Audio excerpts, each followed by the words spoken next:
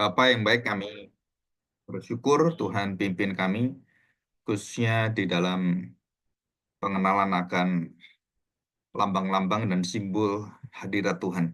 Dan hari ini kami akan belajar tentang kuasa kemuliaan, bagaimana Tuhan melindungi bangsa Israel pada masa-masa pembuangan, dan kami belajar dari hamba-Mu, yaitu Nabi Zakaria, melihat dan juga menerima penglihatan-penglihatan, dan terkhusus adalah janji Tuhan sebagai tembok kemuliaan, tembok api kemuliaan, melindungi Israel, dan sebagai seorang nabi yang diberi penglihatan bahwa Allah akan mengukur seluruh apa yang ada di dalam hidup orang Israel atau orang percaya pada zaman sekarang ini. Tuhan pimpin kami dan Tuhan lindungi kami dari segala hal yang tidak berkenan, dan kembali mendirikan tembok kemuliaan besar itu yang tidak bisa diserang oleh siapapun, dan melindungi serta memurnikan hidup orang percaya. Terima kasih Bapa, bimbinglah kami dengan roh-Mu, dan melalui firman-Mu, melalui terang-Mu kami mendapatkan satu kuasa dan satu kekuatan untuk menghadapi baik dari dalam, yaitu musuh yang ada dalam hidup kami, nah, keinginan serta nafsu kami, ambisi kami, dan juga serangan-serangan dari luar yang membawa kami menjadi serupa dengan dunia. Terima kasih Bapak, di dalam nama Tuhan Yesus kami serahkan doa kami ini. Amin. Ya, kita akan melihat satu tema yang secara khusus ya, mungkin jarang dibahas, yaitu tema tentang tembok api Israel. Nah, ini dalam teologi api sebenarnya. Dalam teologi api, maksudnya apa dalam teologi api? Bahwa apa yang ada di dalam kehidupan orang percaya itu ada dua fase sebenarnya. Fase yang pertama adalah kita dimasukkan perpindahan dari alam gelap menjadi alam terang. Nah, di dalam alam terang itu kita mendapatkan satu kemenangan dan kemuliaan yang sangat besar gitu ya. Nah, kita mendapatkan satu janji bahwa Allah akan menjadi perlindungan kita. Nah, kita akan bahas ini ya. Kita buka dalam Zakaria pasal 2. Zakaria pasal 2 ayat yang kelima ya. Dan aku sendiri, dikatakan oleh Allah, aku sendiri ya, jadi bukan memakai nabi atau siapapun, enggak. Jadi Allah berkata, aku sendiri, demikianlah firman Tuhan, akan menjadi tembok berapi. Jadi tembok yang menyala itu ya, baginya di sekelilingnya. Jadi akan menjadi tembok berapi baginya dan di sekelilingnya, dan aku akan menjadi kemuliaan di dalamnya. Jadi api, tembok api yang berapi itu, dan di situ ada kata kemuliaannya, menjadi kemuliaan di dalamnya. Jadi kemuliaan seluruh orang-orang yang di dalam persekutuan dengan Dia. Nah, teologi api di sini kita melihat ada teologi kemuliaan ya. Jadi teologi api itu kemuliaan, teologi terang sebenarnya. Itu sama ya. Jadi satu gambaran yang seiring dan menyatakan hadirat Kristus. Jadi Kristus adalah tembok api, perlindungan, pemurnian gereja. Nah, kita akan melihat dikatakan aku sendiri menjadi tembok api bagi Dia, demikianlah firman Tuhan, dan aku menjadi kemuliaan di dalamnya.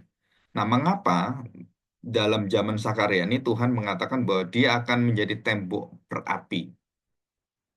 Jadi tembok yang lama, jadi kalau kita lihat sejarahnya, tembok yang lama itu kan dihancurkan oleh eh, Nebukadnezar kan, dan dirombak, dan juga bukan hanya dihancurkan ya, dipermalukan.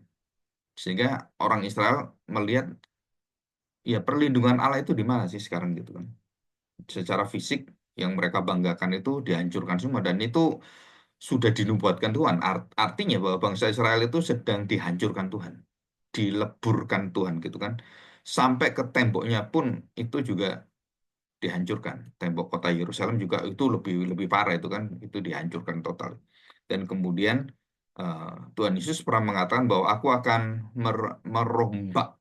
Nah, istilah merombak itu ya meruntuhkan.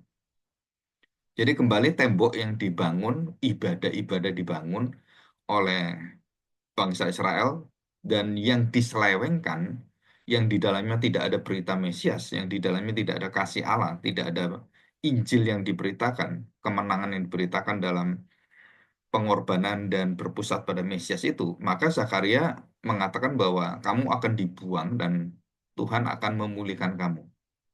Nah, pemulihan inilah tema utama dari kitab Zakaria dengan apa? Dengan mengukur tembok yang hancur, yang lebur, yang sudah dirombak dan dihancurkan oleh musuh-musuh Israel kan, khususnya Babilonia dan kemudian Asyur serta nanti terakhir itu adalah Romawi ya di dalam kuasa raja yang eh, bengis itu ya, Titus dan menghancurkan Yerusalem pada tahun 70 dan itu nubuatan Tuhan Yesus. Nah, ini berkaitan dengan apa? Ada yang meruntuhkan tembok yang merupakan tembok kekuatan orang iman Kristen, kekuatan kita, itu runtuh karena sebab-sebabnya apa? Mereka meninggalkan Tuhan. Mereka tidak mengandalkan Tuhan. Dan tembok yang diberi Tuhan itu, berkat itu ya, cuma tembok yang kokoh itu adalah berkat dari Tuhan melindungi kita dari serangan musuh, dari apapun. Tetapi kalau di dalamnya hati kita itu adalah hati yang tidak mengandalkan Tuhan, hati yang terus membawa kemuliaan diri kita lebih tinggi daripada kemuliaan Tuhan, termasuk apapun ya, pekerjaan kita, pelayanan kita, kita mengangkat lebih daripada kemuliaan Tuhan, maka itu akan hangus dengan sendirinya, akan runtuh dengan sendiri. Jadi bangsa Israel itu runtuh bukan karena runtuh dari serangan luar, bukan. Itu runtuhnya itu karena di dalam. Mereka menolak Tuhan, menolak raja dari eh, menolak raja yang dipimpin oleh Tuhan, kemudian imam dipimpin oleh Tuhan, nabi yang dipimpin oleh Tuhan, hakim-hakim dipimpin oleh Tuhan, dan mereka kemudian menolak Tuhan yang terakhir. Jadi waktu mereka mengangkat Saul jadi raja, Tuhan mengatakan mereka bukan menolak kamu, menolak Musa, menolak Yosua, menolak imam-imam atau eh, Samuel, Eli gitu ya. Tapi mereka menolak Tuhan. Dan itu Tuhan sendiri mengatakan mereka bukan menolak kamu, tapi mereka menolak aku. Itu Musa pernah mengalami itu, serta imam-imam juga mengalami itu, dan juga kita lihat bangsa Israel kemudian mempunyai sistem kerajaan. Nah, itu sistem yang dibangun di dalam yang akan menghancurkan dirinya sendiri.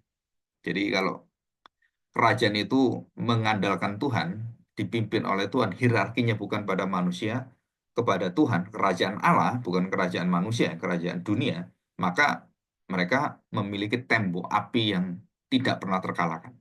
Itu luar biasa. Nah, kita lihat di sini ya. Jadi, tembok api itu apa? Adalah diasosiasikan dengan penghukuman dan pemurnian dalam Alkitab. Ada pemurnian ya.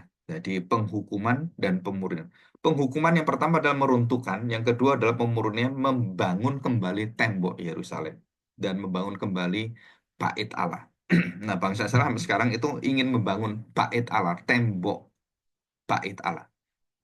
Dan mereka mempunyai cita-cita yang mungkin cita-cita akhir zaman gitu kan.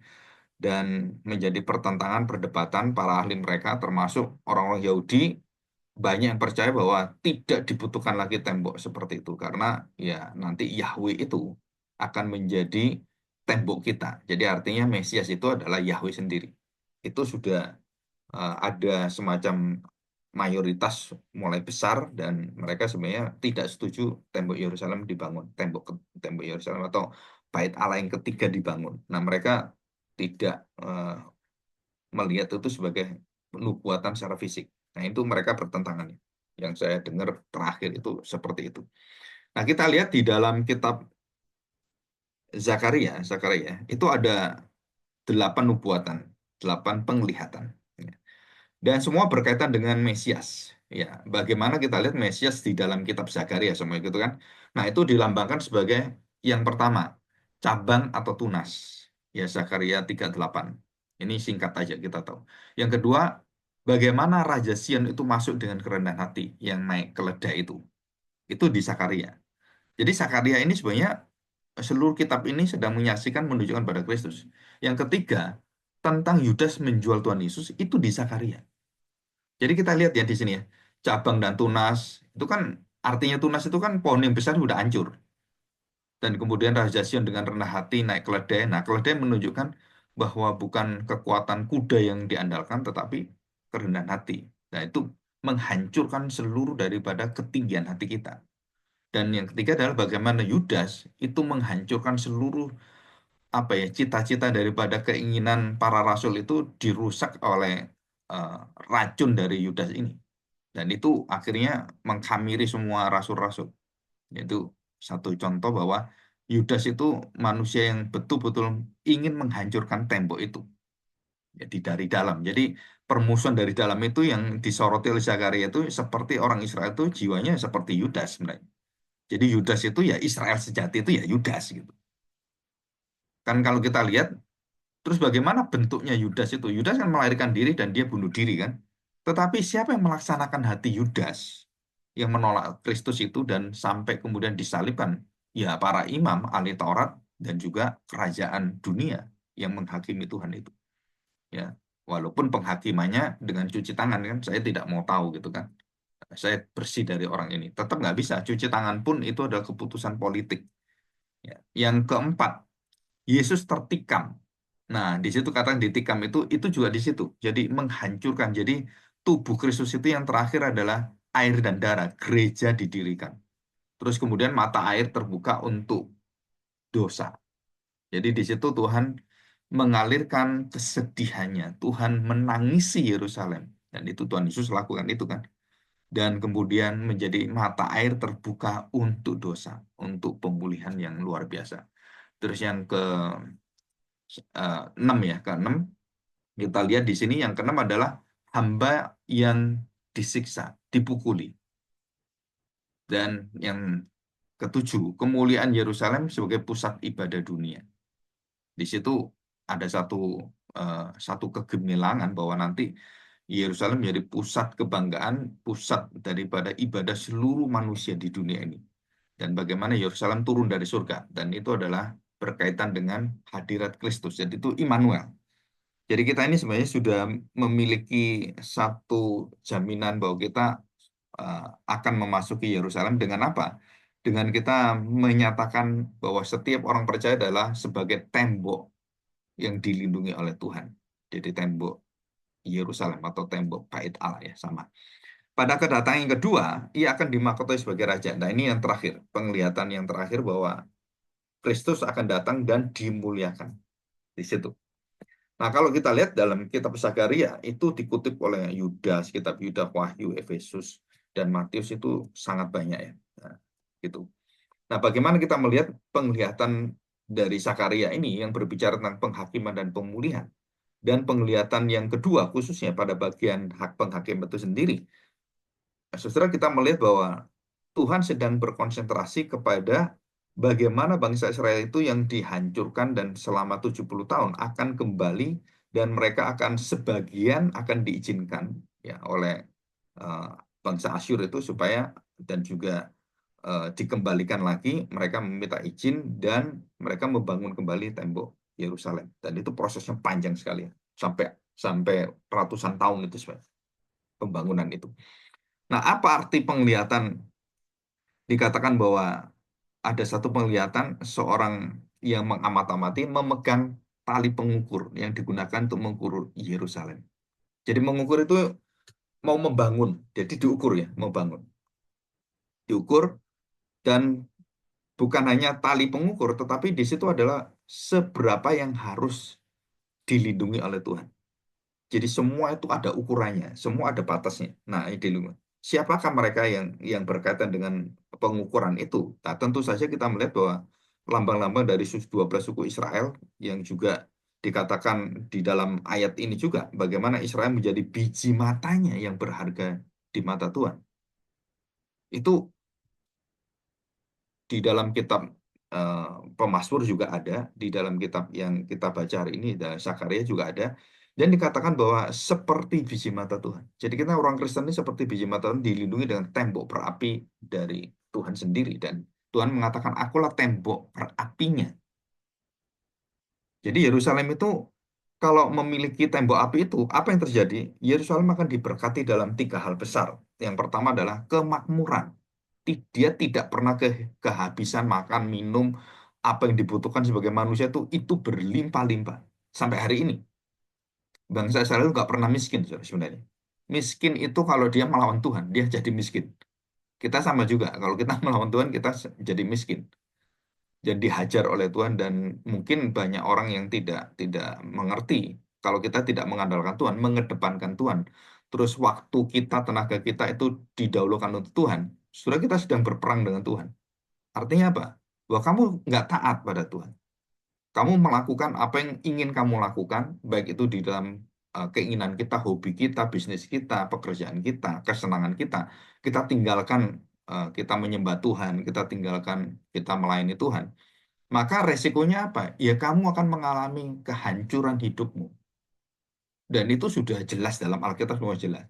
Jadi orang tidak mengandalkan Tuhan, tidak dekat dengan Tuhan, tidak kemudian mengandalkan dalam berbagai hal bersandar pada Tuhan, bergantung pada Tuhan, dan ingin bergantung pada dirinya, melakukan semua untuk dirinya. Nah, dia akan runtuh dengan sendiri. Dan keruntuhan inilah yang kemudian diukur oleh Tuhan. Jadi diukur apa? Yang pertama, berapa betapa hancurnya kamu gitu. Nah, ini mungkin saya akan bikin satu uh, channel di YouTube tentang Gezaza. Ya, Gezaza itu satu kebudayaan orang Israel itu memegang eh, seperti guci dari periuk gitu kan, yang mungkin bisa eh, tempat untuk minum gitu kan.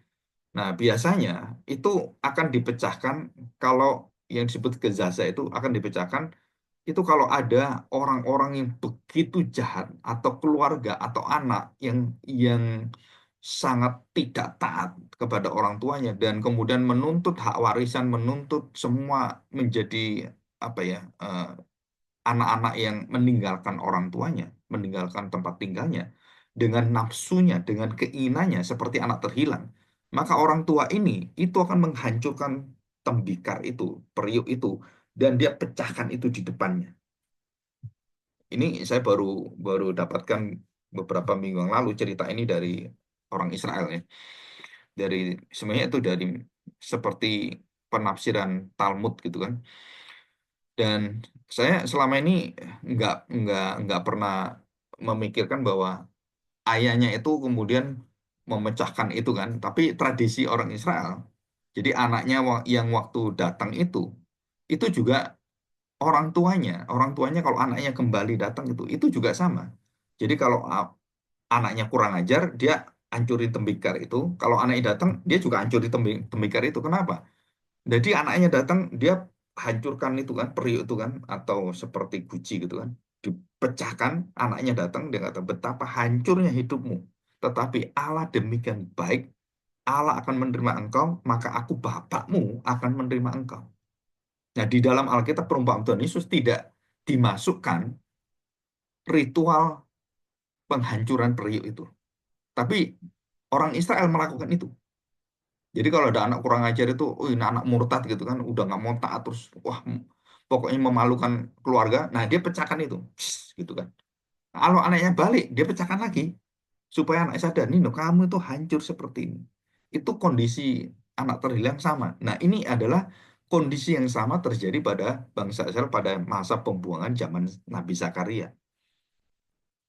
Jadi kemakmuran, perlindungan, kehadiran, dan kemakmuran semua itu berasal dari apa?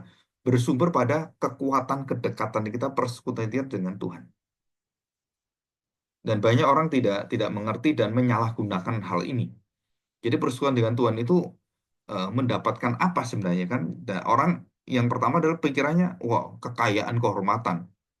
Tuhan katakan itu akan ditambahkan. Tetapi bagaimana engkau mengerti hati Tuhan? Nah, itu yang lebih utama. Karakter Tuhan, kemurahan hati Tuhan, bagaimana kita kemudian masih dinantikan Tuhan dan hidup kita yang hancur yang seperti periuk tadi itu bisa disatukan kembali oleh Tuhan. Jadi periuk yang pecah itu nggak ada satu manusia yang bisa menyambungkan itu kecuali dilem gitu kan. Ya ditata kembali, ya kita lihat kuncinya bisa balik tapi dia pecah semua. Tapi kalau Tuhan nggak melambangkan kehidupan baru, Tuhan ganti yang pecah itu dengan apa? Dengan meleburkan semua dan dipanaskan menjadi guci yang baru. Kalau manusia kan guci yang pecah diambil, oh pecah, ditempelin kasih ya lem itu kan, lem yang bisa nyambung periuk itu kan, atau dengan yang lain gitu. Kalau Tuhan nggak, guci yang pecah ini dihancurkan, dihancurkan total dan dibakar dan kemudian dikembalikan menjadi guci yang baru. Jadi nggak pecah lagi, nggak ditempel-tempel lagi. Nah itu inti dari apa? Inti daripada Tuhan menjadi tembok api adalah Tuhan akan memurnikan. Tuhan akan menghakimi kita dan sekaligus memurnikan kita. Jadi kita akan mengukur dosa kita, betapa dosanya kamu, dan dia mengukur bukan hanya dosa kita, bagaimana dia akan membangun kembali hidup kita. Nah, ini arti daripada tali pengukur itu kan.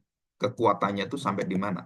Nah, konteks historis yang kita lihat bahwa Tuhan menyampaikan penglihatan pada Yerusalem yang penuh dengan orang yang banyak, penuh dengan ternak, penuh dengan kekayaan, tetapi mereka tidak memiliki tembok secara fisik. Kenapa? Kekuatan mereka sudah nggak ada. Jadi tidak ada perlindungan dari tembok ilahi itu. Jadi akhirnya Israel, seluruh harta kekayaan Israel, dan saudara kalau kita belum tahu apa yang menjadi keinginan seluruh bangsa-bangsa itu ingin menyerang Israel pada zaman masa-masa Israel Jaya. Daud yang luar biasa, Salomo luar biasa. Saudara, apa yang diinginkan oleh mereka? Saudara tahu, bukan soal tahta, bukan, saudara.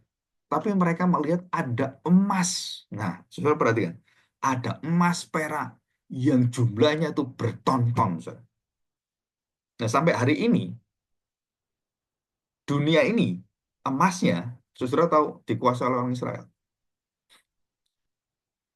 Dan sebagian itu di Inggris ya. Jadi menyimpan emas itu berton-ton. Mungkin bisa lebih dari ribuan ton, saya nggak tahu. Tapi pada zamannya Daud, Daud mengukur itu dan mempersembahkan emasnya. Wah, saudara itu lebih daripada 1 ton emas itu pada zamannya Daud. Nah, apalagi Salomo. Kan itu dapat persembahan dari negara-negara perak dan semuanya itu kan itu besar sekali. Maka orang-orang seperti Nebukadnezar melihat, oh ini bukan cuman mengambil kerajaannya, bukan, saudara. Mengambil kekayaan yang lebih daripada siapapun. Jadi emas, perak, harta benda yang ada dan juga ternaknya.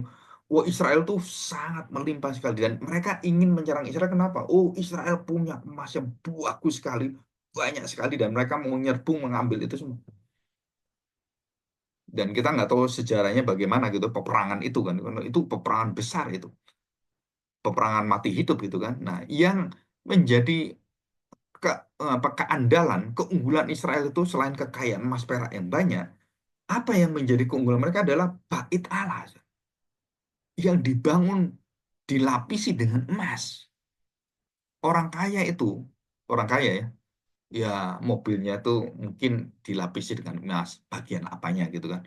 Orang Israel itu gerejanya kalau kita yang gedenya, wah segaban gitu kan, yang luasnya seperti bait Allah, itu unsur emasnya itu seluruhnya itu banyak unsur emasnya.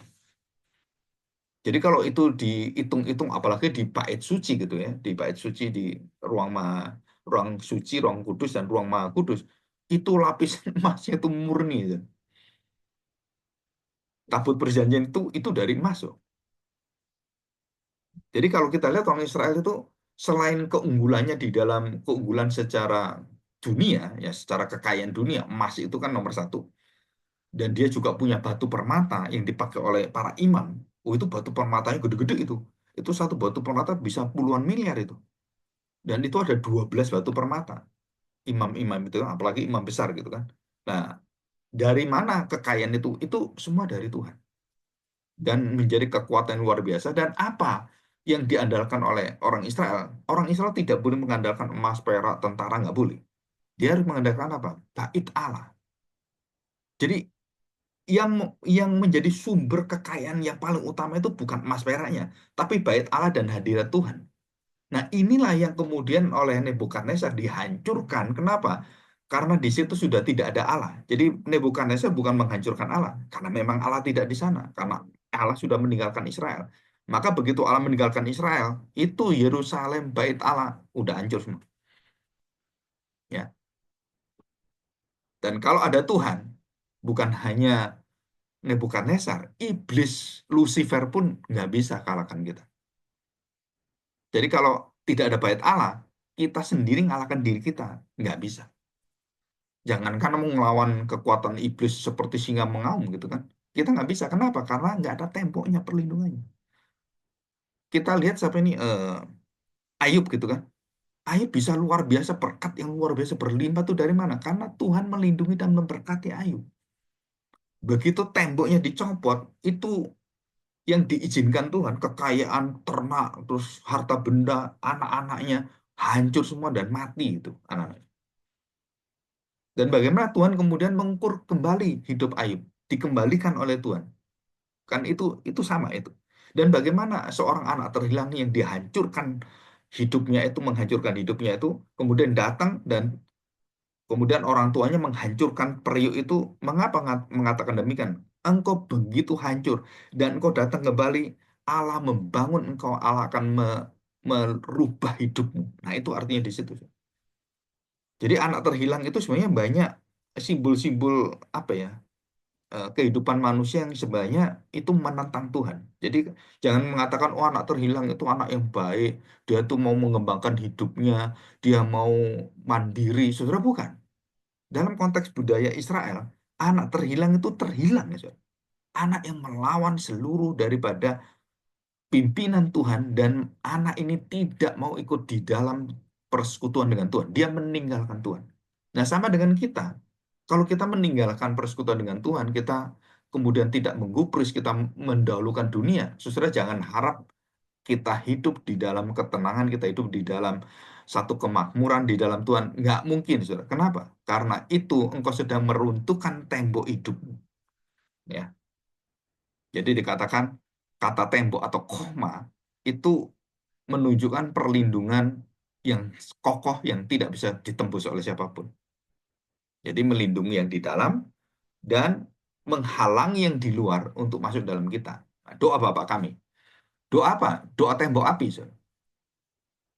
Janganlah bawa kami ke dalam pencobaan. Kan di situ kan. Jadi pencobaan itu apa? Yang pertama adalah dari dalam diri kita, keinginan kita, dari luar, bagaimana dunia itu kemudian membawa kita serupa dengan dunia. Dikatakan dalam doa itu adalah bagaimana Allah melindungi kita. Berdoalah setiap hari. Bagaimana Tuhan memelihara makanan kita.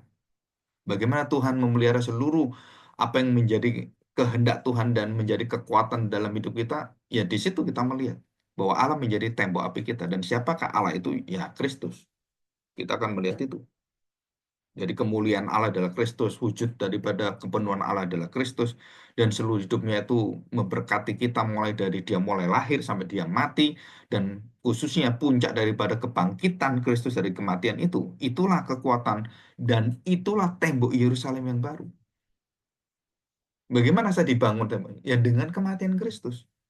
Kita harus mematikan seluruh hidup kita, tembok-tembok kemuliaan kita, dan tembok-tembok kebanggaan kita hancur, barulah kita bisa bangun tembok kerendahan hati, tembok pujian kepada Tuhan, tembok kemenangan kemuliaan Tuhan, yang kita sandarkan tiap hari pada Tuhan. Dan kita membangun tembok yang luar biasa karena Tuhan yang menjadi api, Tuhan yang menjadi perlindungan kita. Jadi kalau sudah menjadi kekuatan kita, maka tembok itu akan menghanguskan. Jadi bukan menghanguskan kita. Jadi kalau api begini ya, api barang yang diterima Tuhan dan barang yang tidak diterima Tuhan. Ya, ini semacam tanah gitu kan. Api itu kan membakar, dibakar. Nah, waktu kita dibakar oleh Tuhan, dosa-dosa kita itu dikeluarkan, dibakar sampai 1.000 derajat, 2.000 derajat, dan 3.000 derajat. Kalau nggak salah, api yang paling paling apa? Paling panas itu kira-kira 4.000 derajat. Dan apa ada 10.000 derajat? Ya, selama ini saya belum dengar. Ya. Nah, api itu kemudian dibakar dan ditambah derajatnya itu. Dan waktu ditambah derajat, maka kotoran kita yang lebih dalam, lebih dalam, lebih dalam. Yang ada dalam hati kita, yang ada apa yang kita nggak pernah sadar itu, yang tertutup sampai di alam bawah sadar, itu dibakar oleh Tuhan sampai betul-betul titik yang paling dalam, bait suci kita dibakar oleh Tuhan dan dikeluarkan seluruh dosa itu sehingga seluruh hati kita tuh hanya bersih firman Tuhan, hanya hadirat daripada Allah. Dan waktu kita dibersihkan itu yang disebut sebagai bukan pembumi hangusan atau penghukuman, tapi kita mengalami satu pemurnian. Jadi penghukuman untuk dihancurkan dengan pemurnian untuk dimurnikan itu sangat beda. Kenapa Tuhan mengizinkan begitu banyak kehidupan kita, kesusahan kita? Karena Dia membakar seluruh daripada keinginan-keinginan dunia kita. Sehingga kita tidak diperbolehkan mendapatkan kekayaan ini, mendapatkan talenta ini. Kenapa? Kalau kamu mendapatkan ini, kamu akan melawan aku. Kalau kamu mendapatkan kayak ini, kamu melupakan aku. Maka Tuhan bakar itu kekayaan, bakar itu semua talenta kita yang tidak dipersembahkan oleh Tuhan. Sudah itu akan dihanguskan Tuhan, ya, dibakar oleh Tuhan. Sampai apa? Sampai kemudian yang timbul hanya yang murni, emas yang murni, yang bercahaya. Jadi ini tujuan Tuhan waktu mengukur dengan tali pengukur adalah memurnikan bangsa Israel dari seluruh pencampuran dan juga campur aduk mulai dari perkawinan, penyembah berhala, dan banyak hal yang lain. Nah itu dilebur oleh Tuhan dan dilahirbarukan istilahnya gitu. Diukur dan inilah tembok yang dilindungi Tuhan dan sudah hancur, dibangun kembali oleh Tuhan dan dibakar oleh Tuhan dan muncullah kerajaan emas, kerajaan orang-orang Israel secara the golden Israel, Israel yang emas itu. Nah itu masa-masa seperti Daud, Salomo itu Israel menjadi golden Israel gitu ya. Nah nanti di akhir zaman Israel yang emas ini itu akan muncul dan kemudian menjadi Israel yang tidak pernah kalah selama-lamanya dan semua musuhnya sudah dihancurkan. Nah, ini arti daripada aku sendirilah tembok berapi itu. Dan aku menjadi kemuliaan di dalamnya. Aku menjadi pusat daripada ibadahnya, pusat hatinya. Jadi Tuhan tidak hanya melindungi kita dari luar, tetapi Dia menghancurkan semua yang di dalam yang tidak memiliki kekudusan. Nah, itu dimurnikan. Jadi menjadi pusat kehidupan. Dan kemudian bagaimana kita kemudian eh, menjadi terang bagi bangsa-bangsa lain. Maka bangsa-bangsa lain mendapatkan terang kemuliaan Allah itu menjadi satu terang yang akan menghakimi dan akan menghukum, akan menghanguskan mereka. Jadi kalau tidak ada apinya, tanah itu dibakar, ya akhirnya periuk itu nggak ada isinya. Tuhan mengatakan pada Petrus, engkau sedang ditampi oleh Tuhan. Dan iblis sedang menampi engkau, gitu, menguji engkau. Dan kemudian Tuhan menguji apa? Petrus ini dengan apa? Dengan memberikan ujian dari pencobaan dari setan itu. Jadi kalau kamu tidak didoakan, tidak aku doakan, tidak dilindungi Bapakku, maka kamu hancur. Kamu menjadi sekam, bukan menjadi gandumnya. Tapi hari ini kamu akan melihat apa yang aku janjikan padamu, Petrus, adalah kamu bukan sekam, kamu adalah gandum. Kamu bukan eh, bukan siapa ini, bukan Petrus jadi Kefas, bukan Kefas, tapi kamu adalah Petrus. Jadi arti Petrus itu kan batu karang, tembok kekuatan yang tidak tergoyahkan. Jadi waktu kita lihat kemuliaan Allah itu bagi kita, api yang ada yang dibawa oleh orang-orang nabi-nabi Baal itu yang 400 nabi Baal lebih itu dan api yang dibawa oleh Elia kan beda. Jadi api Elia itu menghanguskan seluruh yang menjadi persembahan yang dipersembahkan oleh dia. Dan api yang sama ini juga itu yang menghantam Sodom Gomora, yang menghantam seluruh orang-orang yang berdosa yang melawan Tuhan. Itu sudah keterlaluan. Dan di akhir zaman api ini juga sama akan menghapuskan seluruh orang-orang jahat dan di dalam lautan api itu Tuhan memberikan penghukumannya. Jadi teologi api itu dari ujung sampai ujung. Dari mulai kitab Kejadian sampai kitab Wahyu itu isinya adalah penghakiman dan pemurnian Tuhan. Kita masuk dalam penghukuman enggak? Kita masuk dalam wilayah pembinasaan Tuhan enggak? Atau kehancuran yang akan dihancurkan oleh Tuhan? Atau kita dihancurkan Tuhan untuk menyatakan kemuliaannya? Nah itu beda. Jadi di sini ya. Dan yang terakhir kita lihat ini. Nah, kita sudah berbicara latar belakang Israel dan bagaimana sedangkan dalam perjanjian baru. Kristus sebagai tembok api Israel, tembok terang ilahi. Jadi Kristus itu merupakan satu-satunya yang akan menjadi manusia. Jadi syaratnya apa? Tembok api yang selamanya. Allah menjadi manusia dan manusia-manusia yang di dalam Kristus, di dalam kematian Kristus, yang kemudian bangkit dalam terang Kristus. Nah, itu menjadi bait Allah. Jadi bait Allah itu sekarang siapa? Allah di dalam Kristus dan Kristus di dalam semua orang percaya Dan semua orang percaya adalah bait Allah, dan Kristus bait Allah, dan Allah adalah bait Allah sebenarnya. Jadi itu persekutuan yang di dalam hidup yang tidak pernah terpisahkan. Dan itu selama-lamanya. Kristus sebagai api pemurni dan penghancur, penghangus musuh. Yang membinasakan musuhnya.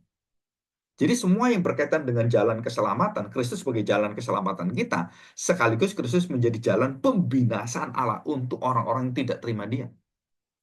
Jadi saya membawa berita Injil, kan, memberitakan Injil. Saya beritakan tentang Kristus yang akan memberikan kemurahan, memberikan keselamatan, dan orang menolak saya. Maka yang menolak dan yang menerima itu menerima satu jaminan pemurnian, yang satu adalah penghakiman untuk penghangusan, pembinasaan. Jadi Kristus menghakimi dosa. Apa arti menghakimi dosa? Arti menghakimi itu sebenarnya adalah lambang dasarnya itu api. Menghakimi itu api. Dan kita lihat mulai dari Sodom Gomora bagaimana dikatakan oleh Yohanes Pembaptis bahwa kapak di tangan Tuhan, dan kemudian kalau kamu tidak bertobat, tidak berbuah, maka dipotong dan dilemparkan mana? Api. Dan semua ke api. Nah, ini satu apa ya? Satu kesadaran bagi kita. Saudara, kita jangan main-main dengan hidup kita, dengan apapun yang kita kerjakan. Kenapa? Saudara, itu ujungnya kita dihanguskan Tuhan atau kita dimurnikan Tuhan. Dan kita berharap kita dimurnikan Tuhan karena kita mendapatkan janji Tuhan. Nah, saudara-saudara bisa bisa koreksi dalam diri kita masing-masing. Apa yang dikatakan dimurnikan itu? Kalau kita kembali pada Tuhan, kita bertobat, kita menerima jaminan dari Tuhan, kita sudah mendapatkan panggilan pilihan dari Tuhan, maka saudara-saudara akan dimampukan oleh Tuhan, bukan dari dirimu. Kamu akan pasti kembali, pasti akan bertobat, pasti akan dikuduskan. Tapi kalau enggak, kok saya nggak merasakan, Pak, ya, saya dipanggil Tuhan kembali. Saya menikmati itu pekerjaan ini. Nah, saudara, itu berarti engkau sedang menghancurkan hidupmu. Mungkin kamu akan menjadi kaya dengan bisnismu, dengan pekerjaan. Tetapi engkau sedang jauh dari Tuhan. Dan itu lebih parah daripada orang berdosa yang tidak tahu Tuhan. Kenapa? Karena kamu sudah tahu kasih Kristus, kamu sudah mengenal Kristus, tetap meninggalkan Dia. Dan itu beda, saudara. Itu sebagai pengkhianat. Jadi kalau seorang istri tahu suaminya baik, dia masih dengan laki-laki lain, dan suaminya tetap baik dan dia masih dengan laki lain, itu artinya apa? Itu artinya orang-orang yang akan dibinasakan Tuhan. Seperti Hosea dengan Gomer, pelacur itu kan. Sudah baik sampai punya anak, terus kemudian ditarik kembali, melacur lagi, tarik kembali, melacur lagi. Nah, itulah Israel. Dan Israel itulah kita semua yang harus dihanguskan oleh Tuhan, dimurnikan oleh Tuhan, sampai muncul kemudian Israel yang baru. Dan inilah yang dijanjikan oleh Kristus. Jadi Kristus sebagai kemuliaan gereja. Dan jelas dinyatakan bahwa dalam 1 Petrus pasal 1 ayat 7, dikatakan umatnya akan dimurnikan seperti emas. Dan kita melihat bahwa bagaimana kita dimurnikan, karena kita dilindungi oleh hadirat Allah yang berupa tembok berapi yang mengelilingi kita. Jadi yang di dalam itu sudah betul-betul umatnya yang percaya sebagai emas yang murni, sebagai Israel yang emas, dan di luar itu semua hancur semuanya. Dan itu janji dari Tuhan. Nah, secara aplikasi gimana? Nah, secara aplikasi, umat Allah tidak perlu takut dengan keadaan dunia dan iming-iming dunia. Kenapa? Karena dunia itu selalu kosong adanya. Dan dunia itu tidak pernah menjamin kita sama sekali. Sudah dengar baik-baik ya. Jadi pekerjaan kita, bisnis kita, warisan kita, kemampuan kita, talenta kita, tidak pernah menjamin kita apa-apa. Jadi jangan sampai kita mengandalkan seperti Daud, seperti Salomo, mengandalkan tentaranya, mengandalkan kekuatannya. Sebenarnya bukan. Yang kita andalkan apa? Sifat-sifat Kristus. Kerendahan hati, ketaatan, ketundukan. Nah, itu tembok ilahi kita. Itu kekuatan kita. Kenapa? Hadirat Kristus yang sebagai api itu. Jadi kalau ada kita lemah dan kita mulai disadarkan, bakar itu. Keinginan dosa nafsu itu yang ingin jauh dari Tuhan, itu cepat bakar. Kembalikan motivasi kita apa? Pekerjaan-pekerjaan kita adalah untuk memuliakan Tuhan. Ada orang mengatakan demikian, ya, ini kayaknya benar gitu. Pak, yang penting itu kan saya kerja, saya ingat Tuhan, saya sudah mengandalkan Tuhan, tapi saya hari Minggu, saat doa pagi, saat renungan, saat teduh. Saya nggak pernah. Kenapa? Yang penting kan Tuhan tahu saya. Dan saya bisa memberikan Tuhan, baik itu perpuluhan, baik persembahan syukur, persembahan misi, dan saya berikan pada Tuhan. Saudara-saudara pikir bahwa itu bisa menyenangkan Tuhan? Enggak, Saudara. Itu bentuk dari kepalsuan, kemunafikan agama kita. Jadi jangan nyogok Tuhan. Ini Tuhan tak kasih persembahan. Saya minggu nggak usah datang, nggak apa-apa ya. Kenapa? Yang penting kan kamu perlu uang saya. Ini orang kurang ajar, Saudara. Banyak orang-orang gereja itu seperti ini. Ya, Bapak nggak datang nggak apa-apa. Ini pendeta ya. Di satu pendeta yang di gereja, beberapa gereja di Jakarta, di Bandung, ini saya sering dengar. Ini hamba Tuhan, pendeta. Ya nggak apa-apa, yang penting kan duitnya datang. Wah, saudara, saya dengar itu dari mulut seorang pendeta. Waduh, ini rusak ini gereja. Kenapa?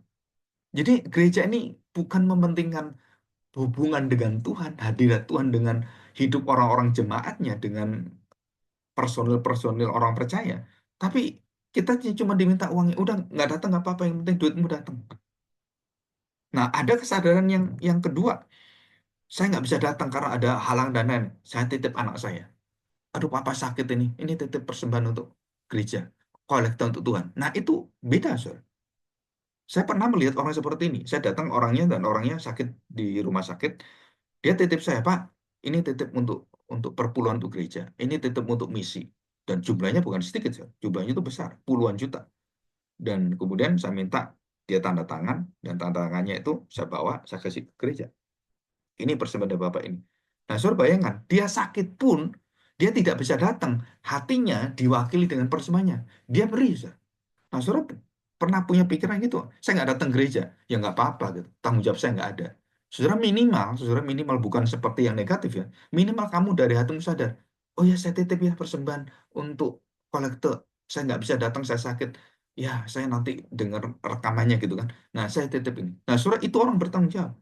Tapi sebaliknya kalau seorang pendeta, kamu nggak datang nggak apa-apa, yang penting duitnya. Nah, itu pendeta goblok gitu ya, pendeta munafik itu. Kenapa? Ini pendeta yang seperti Yudas. Dia pengen duitnya doang. Yudas kan gitu kan. Oh, ini kemahalan. Ini kalau duitnya dibuat orang miskin, sepertinya pelayanan. Bukan, dia ingin ambil duitnya. Wah, kalau saya dengar orang-orang yang berorientasi dengan duit, gak peduli kamu hadir nggak hadir, itu bukan pendeta. Itu pendeta dalam kegelapan. Tapi saya sering dengar, bukan hanya pendeta, orang Kristen juga sama. Punya prinsip-prinsip hidup yang kebalik-balik seperti itu. Dan sepertinya nggak ada masalah, Saudara. Bagi saya, oh itu masalah besar. Itu masalah penyembahan. Jangan ada ilah lain di hadapanku. Itu hukum Taurat pertama. Kalau kita punya tembok api, saudara nggak mungkin saudara punya hati seperti itu. Malah seperti orang yang sakit tadi. Oh, saya nggak bisa datang. Oh ya, saya titip ya, kolektor. Pak, titip kolektor, nanti saya kasih duitnya gitu kan. Atau dengan cara apapun gitu. Nah, saudara itu hatinya beda. Yang satu nggak bisa datang, tapi hatinya menyembah pada Tuhan. Yang satu itu ingin cuman duitnya. Berkatnya dari Tuhan. Tuhannya nggak mau. Ah, biarin aja, nggak apa-apa, yang penting duitnya. Nah, saya harapkan saudara kita harus hidup di dalam tembok api. Karena akan menghanguskan kita. Yang kedua, saudara perhatikan. Pemurnian melalui api itu bukan dimaksudkan untuk menghancurkan Israel. Ya, pemurnian itu. Israel dibuang oleh Tuhan. Surah itu bentuk pemurnian, bentuk hati Allah yang begitu dalam, begitu sedih. Sehingga dia harus merelakan anaknya dihancurkan di sana. Untuk apa? Dibangun kembali, diukur kembali. Dan itu janji Tuhan, 70 tahun, ya 70 tahun. Karena kamu tidak taat, kamu melawan aku beratus-ratus tahun, bahkan ribuan tahun, kamu nggak pernah taat, akhirnya jalan keluar satu, aku buang kamu. Supaya kamu tahu bahwa tanpa aku, kamu hancur lebur. Dan betul, mereka teriak-teriak, tapi tunggu 70 tahun. Dan setelah 70 tahun, Tuhan janjikan, aku akan mengukur kembali Yerusalem. Aku akan membangun kembali bait Allah. Nah itu, dibangunlah bait Allah oleh bangsa Israel setelah pembuangan yang disebut sebagai bait Allah Salomo yang diperbarui. Dan diperbarui lagi oleh Herodes. Bait Allah yang dibangun lagi oleh Herodes. Ya, dengan cara-cara yang tidak benar itu. Dan yang terakhir, gereja adalah seperti Yerusalem tanpa tembok. Termasuk bait Allah kita. Nah, terbuka untuk bangsa-bangsa. Artinya apa? Tanpa tembok. Saudara, jadi gereja itu sudah tidak ada lagi tembok yang menghalangi kita. Dan semua terbuka untuk segala bangsa, segala lapisan, segala ordo yang ada di masyarakat. Bahkan orang-orang yang pincang, orang bisu, orang tuli, silakan datang ke gereja. Tapi selama ini kita nggak pernah lihat ada banyak orang-orang yang lumpuh, orang-orang pincang, orang-orang yang tuli, orang-orang yang buta datang ke gereja. Saudara, kenapa? Karena kita masih bait Allah yang lama. Orang-orang nggak boleh. Pelacur datang nggak boleh. Najis. Orang-orang buta nggak bisa. Ini dikutuk Tuhan. Orang-orang yang kesetanan nggak boleh. Nggak boleh. Tapi Tuhan Yesus dalam setiap pelayanannya, dia mengambil orang-orang ini masuk dalam bait suci, masuk dalam bait Allah, dan memiliki tembok, yaitu Kristus sendiri. Tembok kemuliaan, tembok api itu. Ya, jangan membangun tembok-tembok manusia. Jangan membangun tembok-tembok kebanggaan diri. Jangan membangun tembok-tembok yang memuliakan diri. Kenapa? Dengan eksklusivisme, kesombongan rohani, legalisme, dengan peraturan, ataupun dengan aliran-aliran teologi. Wah, saya teologi puritan, saya teologi reform, saya teologi karismatik. Saudara, itu hancur semua. Nggak ada. Di surga, saudara, jangan mencari pendeta puritan. Nggak ada, saudara. Pendeta reform. Nggak ada, saudara. Nggak ada pendeta yang seperti itu. Yang ada adalah kita semua adalah seorang hamba Allah, hamba yang setia. Nah itu. Jadi kebanggaan kita itu berada di bawah. Saudara. Kalau kita bisa melayani orang, aduh, itu betul-betul luar biasa. Kalau saya dilayani orang, ya, saudara, pusat hidupmu dirimu sendiri. Tapi kalau saya melayani, pusat hidup saya adalah Tuhan. Kalau saya dilayani, nah, pusat hidup saya di sini. Ya kita harus hati-hati ya. Oke, sebagai penutup, saudara perhatikan ya. Dalam Zakaria 2 ayat 5 ini, saudara, ini bukan hanya masa lalu yang Tuhan nubuatkan. Itu adalah kondisi gereja Tuhan. Apakah tembok kita sudah hancur? Ataukah kita membangun kembali tembok kita? Dalam Kristus kita memiliki perlindungan yang tidak bisa ditembus. Jadi arti tembok apa? Tidak bisa ditembus. Jadi Tuhan melindungi kita dan tidak ada lagi dosa yang menembus kita, maut menembus kita karena Kristus sudah mematikan dosa, menghancurkan kuasa belenggu maut. Dan Kristus adalah tembok api kita. Ya, oke. Mari kita berdoa. Kita bersyukur pada Tuhan. Bapak yang baik, kami mohon pertolongan-Mu dan kekuatan dalam hidup kami. Biarlah Engkau sendiri yang akan menjadi tembok kekuatan kami. Tembok bukan hanya tidak bisa tembus, tapi ada kemuliaan apinya. Sehingga selalu memurnikan dan selalu menjadi perlindungan bagi kami dan menghanguskan dunia dengan seluruh isinya menjadi tidak ada artinya bagi kami. Kami tahu Tuhan, kami membutuhkan uang, kami membutuhkan pekerjaan, kami membutuhkan pendidikan. Seluruh hal ini sebagai manusia kami membutuhkan semuanya. Karena Tuhan yang memberikan semua ini. Dan kami tahu juga bahwa semua bisa membawa kami ke dalam kemuliaan Tuhan atau ke dalam kehinaan di hadapan Tuhan.